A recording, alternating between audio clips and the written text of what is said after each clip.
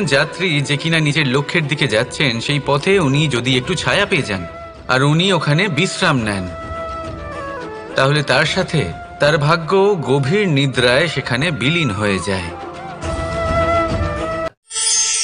লক্ষ্যে পৌঁছানো অত্যন্ত কঠিন হয়। কেউ ভাবেন যে কেন এত কঠিন হয়, কেন এত কষ্ট করতে হয় লক্ষ্যে পৌঁছানোর জন্য। এই লক্ষ্য সরলভাবে কেন আমার কাছে চলে আসে না? চলুন আপনাকে একটা কথা বলি, যদি আপনার লক্ষ্য কঠিন না হয় তাহলে তাকে পাওয়া আপনার পক্ষে অসম্ভব হয়ে উঠবে।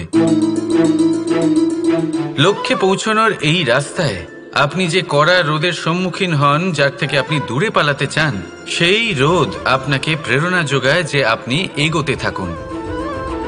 ভাবুন একজন যাত্রী যে কিনা নিজের লক্ষ্যের দিকে যাচ্ছেন, সেই পথে উনি যদি একটু ছায়া পেয়ে যান আর উনি ওখানে বিশ্রাম নেন, তাহলে তার সাথে তার ভাগ্য গভীর নিদ্রায় সেখানে বিলীন হয়ে যায়। তাই পরিশ্রমের কড়া রোদের থেকে কখনো দূরে পালাবেন না। জীবনে শুধু সামনে এগোতে থাকুন দৃঢ়তার সাথে। আর লক্ষ্য সরল হোক, কঠিন হোক বা অত্যাধিক কঠিন হোক, একটা কথা মনে রাখবেন, যে জীবনের লক্ষ্যে পৌঁছতে পেরেছে সে লক্ষ্য প্রাপ্তির জন্য আফসোস কখনোই করে না।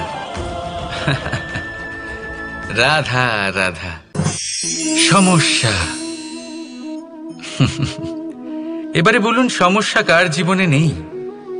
প্রত্যেকের জীবনে সমস্যা থাকেই। হ্যাঁ ঠিক আছে, জীবন আছে যখন তখন সময়ের সাথে সমস্যাও আসবে, কিন্তু প্রত্যেক সমস্যাই কি সময়ই নিয়ে আসে? না, আপনি সমস্ত সমস্যার দায় সময়কে দিতে পারেন না। বেশিরভাগ সমস্যা তো এমন হয়ে থাকে যাদের আমরা নিজেরাই ডেকে আনি।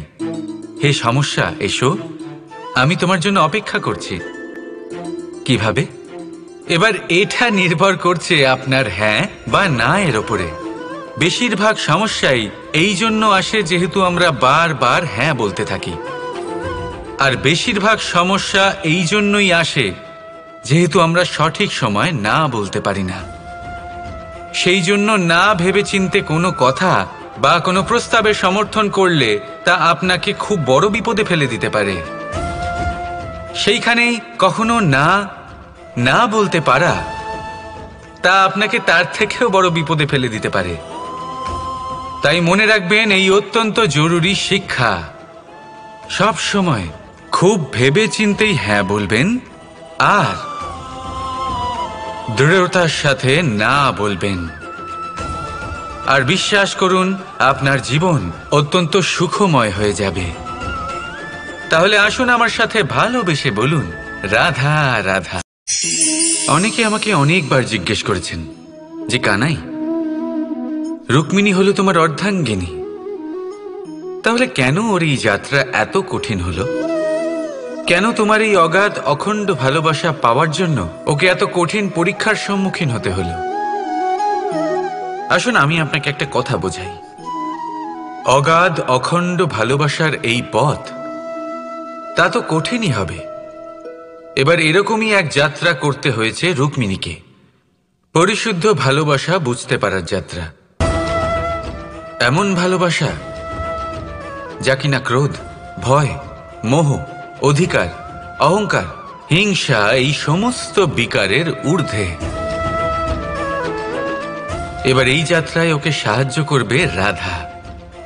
আর শুধু তাই নয়, আমি আপনাকে বলি, সংসারের প্রত্যেক নারী এই যাত্রা করে থাকেন। এবার যে নারী এই যাত্রার শেষ পর্যন্ত পৌঁছতে পারেন, তিনি এক উচ্চ স্তরে পৌঁছে যেতে পারেন, যেখানে তাকে বলা হয় অর্ধাঙ্গিনী। রাধা রাধা। সাফল্য।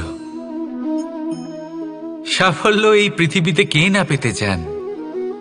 প্রত্যেক মানুষ চান যেন সাফল্য নিজে এসে তার কাছে ধরা দেয়। এবার সাফল্য তাদের কাছে এসে ধরা দেয় যারা নিজের পা ধরাতলে রেখে চলেন, যারা স্বপ্নের জগতে বিচরণ না করে বাস্তবের মাটিতে পা রেখে চলেন এবং তাও দৃঢ়তার সাথে।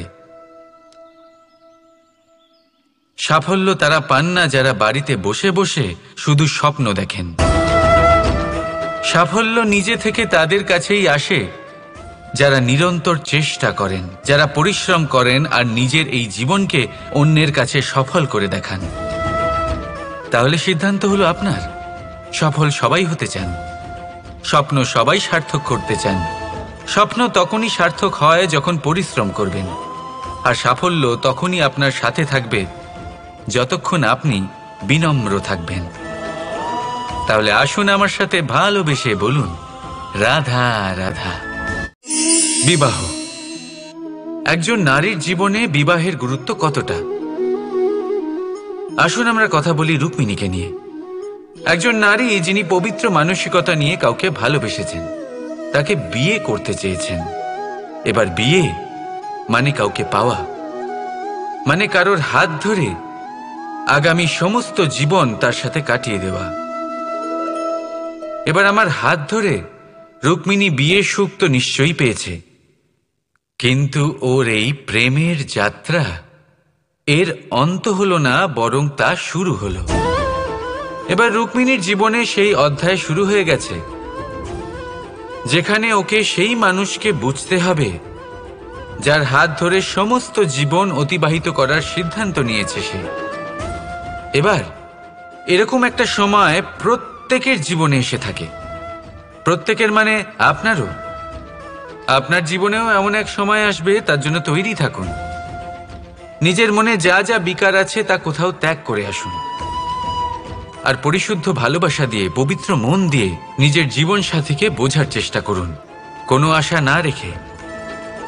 যদি এরকম করতে পারেন তবেই কঠিন পরীক্ষায় উত্তীর্ণ হবেন, নয়তো নয়। রাধা রাধা। অর্ধাঙ্গিনী। আপনার জীবনে অর্ধাঙ্গিনীর ভূমিকা কি হতে পারে? আপনি বলবেন সেরকমই যেমন আমার জীবনে রুক্মিণীর ভূমিকা। এটা সত্যি, কিন্তু এটাও সত্যি কথা যে আমার আর রুক্মিণীর এই সম্পর্ক তাকে আরো গভীর করার জন্য অত্যন্ত প্রয়োজনীয় হলো আমরা প্রথমে বন্ধু হই। একজন ভালো স্বামী বা স্ত্রী হবার প্রথম পদক্ষেপ বন্ধুত্ব, অর্থাৎ সখা প্রেম। যতক্ষণ না এক স্বামী স্ত্রী নিজেদের সম্পর্কে বন্ধুত্বের মাহাত্ম্য বুঝতে পারবেন না, ততক্ষণ এই সম্পর্ক যেন অপূর্ণ থেকে যাবে। আর তারপর এই সম্পর্কে জন্ম নেয় সেই অনুভূতি, যেমন অধিকার, যেমন অভিমান। এই দুই ভাবনা যা এই সম্পর্ক ভাঙার প্রথম পদক্ষেপ হয়ে থাকে। সেই জন্য নিজের দাম্পত্য জীবনে অধিকার ফলানোর আগে নিজেকে জিজ্ঞাসা করুন, আপনি কি আপনার জীবনসঙ্গীর সব থেকে ভালো সখা হতে পেরেছেন? সম্পর্ক আরো উন্নত হবে। রাধা রাধা। কিছু মানুষ এরকম ভেবে থাকেন যে পরিশ্রম করার দরকারটাই বা কি? এই প্রকৃতি আমাদের সবকিছু দিয়েছে, জন্ম দিয়েছে, জীবন দিয়েছে। এই প্রকৃতিই আমাদের পালন পোষণও করে নেবে। এবার আপনি বলুন, কখনো দেখেছেন সিংহকে কারোর সেবা করতে? দেখেননি তো। কখনো আপনি দেখেছেন পাখিকে চাকরি করতে? দেখেননি তো। তাও নিশ্চয়ই তাদের পেট ভরে।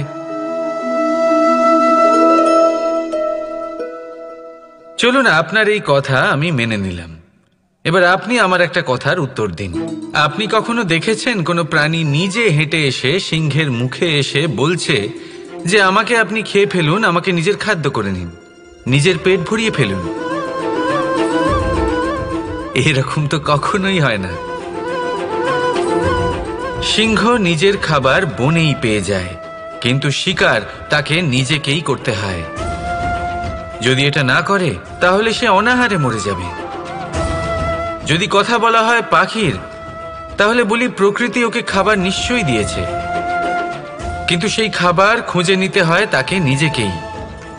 নিজেকে বাঁচিয়ে রাখার জন্য বাসা বানাতে হয় তাকে, যার জন্য অত্যন্ত পরিশ্রম করতে হয়।